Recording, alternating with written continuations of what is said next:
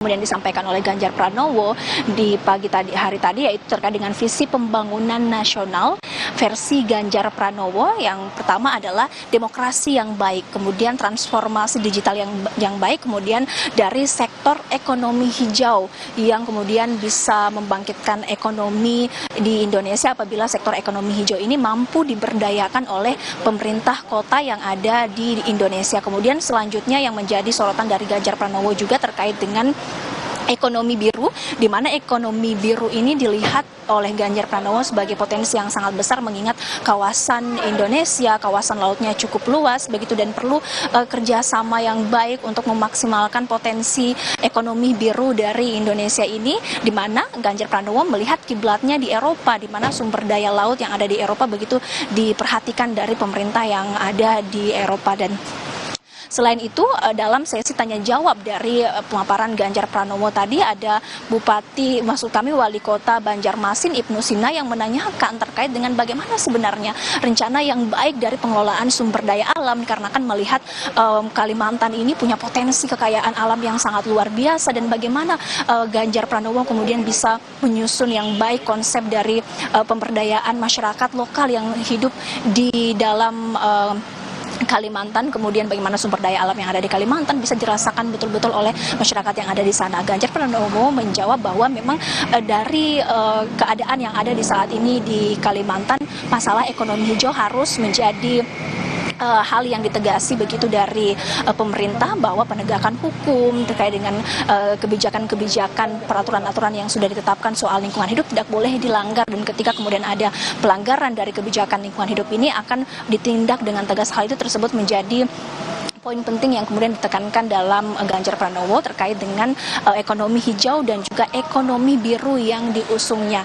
Selanjutnya, pada pukul 13.29 waktu Indonesia Tengah, setelah Ganjar Pranowo selesai menyampaikan pemaparannya, Anies Baswedan hadir dalam acara forum Apeksi kali ini.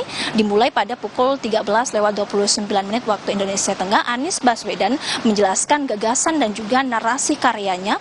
Yang pertama adalah pemerataan perguruan tinggi. Dari Anies Baswedan melihat bahwa pemerataan perguruan tinggi ini menjadi salah satu kunci penting dari kemajuan kota-kota yang ada di Indonesia. Selain itu, Anies juga melihat bahwa pendidikan dan juga sektor pusat kebudayaan yang ada di kota-kota di Indonesia perlu untuk dijaga dan semakin ditingkatkan, mengingat pendidikan dan kebudayaan saling bertoleransi begitu. Dan selanjutnya Anies Baswedan juga memberikan pandangan bahwa kota memberikan pelayanan bagi desa dan kawasan sekitarnya. Untuk itu, kota dari segi kesehatan dan juga ekonomi harus maju, mengingat kota ini menopang daerah-daerah yang ada di sekitarnya. Selanjutnya ada 4 konsep yang kemudian diusung dan direncanakan Anies Baswedan dalam paparannya kali ini terkait dengan 4 konsep yang penting dalam kemajuan kota, yaitu kota yang layak huni, asri, adil, dan maju. 4 konsep ini ditekankan Anies Baswedan, di mana keempat hal tadi jika memang diprioritaskan begitu terwujud di kota-kota yang ada di Indonesia, bisa memajukan kota dan juga daerah-daerah yang ada di sekitarnya. Dan saat sesi tanya jawab yang dibuka oleh Bima Arya dan juga Dani Pomanto, Wali Kota Makassar, di mana memang Dani Pomanto dan Bima Arya ini menjadi moderator dalam diskusi kali ini, kemudian memberikan kesempatan kepada beberapa wali kota untuk bertanya. Salah satu wali kota yang bertanya yaitu Wali Kota Mojokerto dari Jawa Timur. Wali Kota Mojokerto ini mengatakan kepada Anies Baswedan soal pembangunan kota Mojokerto sebagai kota yang cukup kecil yang ada di Indonesia tapi belum memiliki kemandirian fiskal. Dan ini kemudian menjadi sorotan Anies Baswedan yang menjawab bahwa pengelolaan kemandirian fiskal ini perlu diperhatikan oleh pemerintah pusat, dan Anies Baswedan juga menekankan bahwa perlu adanya badan yang mengurus dan memberikan secara serius perhatiannya kepada pengelolaan pemerintah kota yang ada di Indonesia. Anies menekankan bahwa perlu adanya badan tersendiri dari pusat yang mengelola pengelolaan pembangunan kota seperti yang ada saat ini, yaitu Kementerian Desa dan Pembangunan Daerah Tertinggal yang ada di Indonesia. Hal itu kemudian yang ditekankan oleh Anies Baswedan. Sementara saat sesi terakhir dari penyampaian gagasan dan juga menjawab pertanyaan dari beberapa wali kota tadi, Anies Baswedan juga membagikan buku, yaitu Transformasi Perkotaan kepada 88 wali kota yang hadir dalam forum ini. Dan buku Transformasi Perkotaan yang dibagikan oleh Anies Baswedan ini berisi terkait dengan visi misi dari pembangunan kota yang ideal yang telah dinarasikan oleh Anies Baswedan dan juga berisi tentang bagaimana rekam jejak pembangunan dari kota Jakarta yang sebelumnya dipimpin oleh Anies Baswedan. Sementara untuk pada pukul 14:28 tadi setelah selesai Anies Baswedan,